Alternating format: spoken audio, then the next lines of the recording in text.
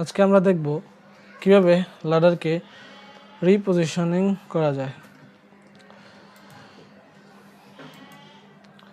গত ক্লাসে আমরা দেখেছিলাম, আমার যদি ভুল না হয়,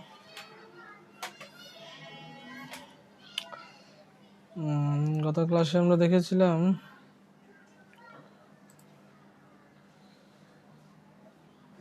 কিভাবে একটা অ্যানালগ আপনি লাইন কমান্ড ইউজ করে একটা লাডার তৈরি করলে সেটা কিভাবে স্মার্ট লাডারে কনভার্ট করতে পারবেন সেটা আমরা দেখেছি। আজকে আমরা দেখব যে এগুলো পজিশনিং, এটাকে আমরা একটা লাডারকে আমরা সম্পূর্ণভাবে কীভাবে পজিশন শিফট করব বা রিসাইজিং করব, এই রাং স্পেসগুলোকে আমরা কমাতে পারবো, বৃদ্ধি করতে পারবো, আর কিভাবে আমরা লাডার রাংগুলোকে আমরা শিফট করতে পারবো যখন এই লাডারগুলোতে বিভিন্ন কম্পোনেন্ট অ্যাডেড থাকবে। তো এই লাডারটাকে আমাদেরকে সম্পূর্ণভাবে মুভ করতে হলে এটাকে অবশ্যই সম্পূর্ণভাবে আমাকে এটা সিলেক্ট করতে হবে, দেন মুভ, দেন সিলেক্ট, দেন এভাবে শিফট করা যাবে। এখন আপনি লাডারটাকে শিফট করেছেন, কিন্তু সেটা আপনার এই যে অটোক্যাড সফটওয়্যার এই লাডারটার নিউ পজিশনটা সেভ করাতে হবে বা আবার রিডিরেক্ট করাতে হবে। তো তার জন্য আপনাকে স্কিমেটিক টুলের রিভাইজ লাডারে কমান্ডে যেতে হবে, দেন জাস্ট ক্লিয়ার দিতে হবে। তো এটাতে কি হবে, এই কমান্ডটা তার লাডার যে তার লিস্টে থাকা লাডারগুলোর পজিশনিংগুলো সে অটোমেটিক ডিটেক্ট করে নেবে। হ্যাঁ, তো এখন ধরুন আমি যদি এই রাঙের স্পেসটা, গ্যাপটা যদি আমি বাড়াতে চাই, তাহলে আসলে আমরা কি করতে পারি? তো সেটা আমাকে মডিফাই করতে হলে রিভাইজ লাডার থেকে আমরা সেটা মডিফাই করতে পারবো।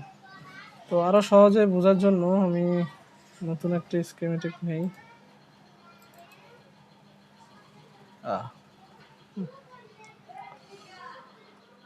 একটু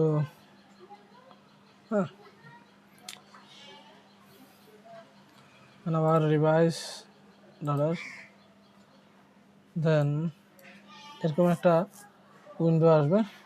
তো আমরা যদি ফার্স্ট লাডারের মধ্যে গ্যাপটা 1 আছে, কথার কথা 2 দিলাম এবং ওকে দিলাম। এই গ্যাপগুলা রাং স্পেসগুলা বৃদ্ধি পেয়ে গেছে। এখন আমি এটা রাং অ্যাড করি। এখন এটাকে যদি আমি মুভ করতে হয়, তাহলে আমি 2 ভাবে করতে পারবো। 1, এভাবে সিলেক্ট করে নিতে পারি, ঠিক আছে। আর 2, স্কুট টুল ব্যবহার করে সিলেক্ট, দেন চলে আসলো। এখন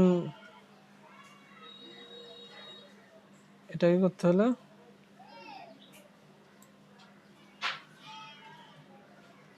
সম্পূর্ণ কম্পোনেন্ট সহ এটা মুভ হয়ে গিয়েছে।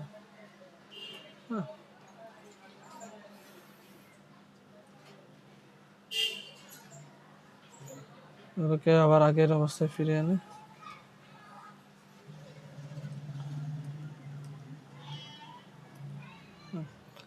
এখন আমি এখানে তো আপনাদেরকে দুটো ওয়ে দেখিয়েছি, যে এইভাবে সিলেক্ট করে এভাবে নিয়ে আসা, আর একটা হচ্ছে স্কুট টুলের মধ্যে। মানে আমি যদি এভাবে সিলেক্ট করে নিয়ে আসি, তাহলে কি হবে একটু খেয়াল করুন। এই যে জয়েন্টগুলো, যেটা আমি পূর্বের ভিডিওতে দেখিয়েছি, এই যে পয়েন্টগুলো থেকে গেল। তো তো এগুলোকে আবার আপনাকে ইন্ডিভিজুয়ালি সরিয়ে আনতে হবে। তো আমি যদি স্ক্রু টুল ইউজ করি তাহলে সেটা আপনার কাজের সুবিধা হয়,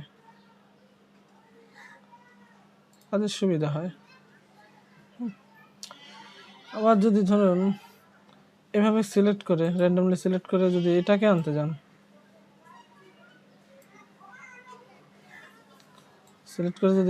যান, শুধু এটা আসবে। আর আপনি যদি স্ক্রু টুল ইউজ করেন দেন পুরো কম্পোনেন্টটাই একসাথে চলে আসলো। তো এইভাবে আপনি আপনার থাকা লাডারকে এখানে এই কমান্ডে ওকে দিবেন।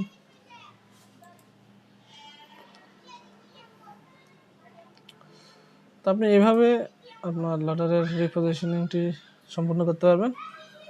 ধন্যবাদ।